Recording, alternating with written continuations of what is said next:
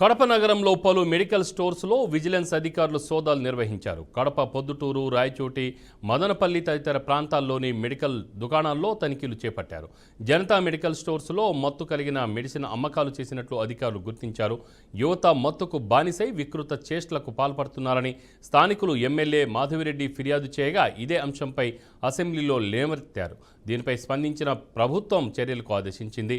దీంతో vigilance and enforcement ASP ఆధ్వర్యంలో తనిఖీలు చేస్తున్నారు. నిబంధనలు అతిక్రమిస్తే కఠిన చర్యలు తప్పవని అధికారులు హెచ్చరించారు. జిల్లాల్లో మందుల షాపులు, ఔషధాలు విక్రయించేటటువంటి విక్రేతలు ఎవరైతే ఉన్నారో ఆ విక్రేతలు, హోల్సేల్ డీలర్ల దుకాణాలని తనిఖీ చేయడం జరుగుతుంది. దీని నేపథ్యం ఏంటంటే కొన్ని రకాల మందులు మానసిక రోగులకి, అదేవిధంగా నొప్పితో బాధపడే వారికి వాళ్ళకి ఉపశమనం కలిగించడానికి తక్కువ మోతాదులో వాడవలసినటువంటి కొద్దిపాటి మత్తు కలిగించేటటువంటి మందులు ఉంటాయి.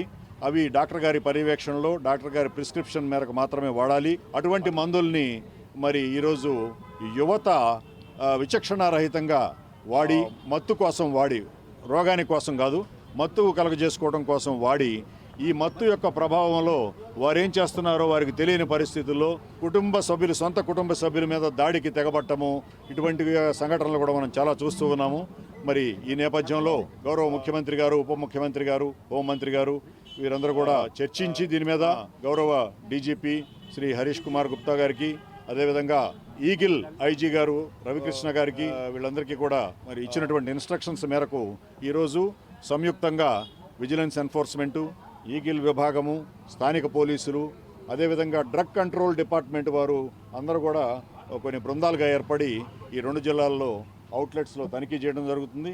ఈ తనిఖీల్లో భాగంగా ఇప్పుడు మొట్టమొదటిగా ఈ జనతా మెడికల్స్ అనేది చెక్ చేయడం జరిగింది.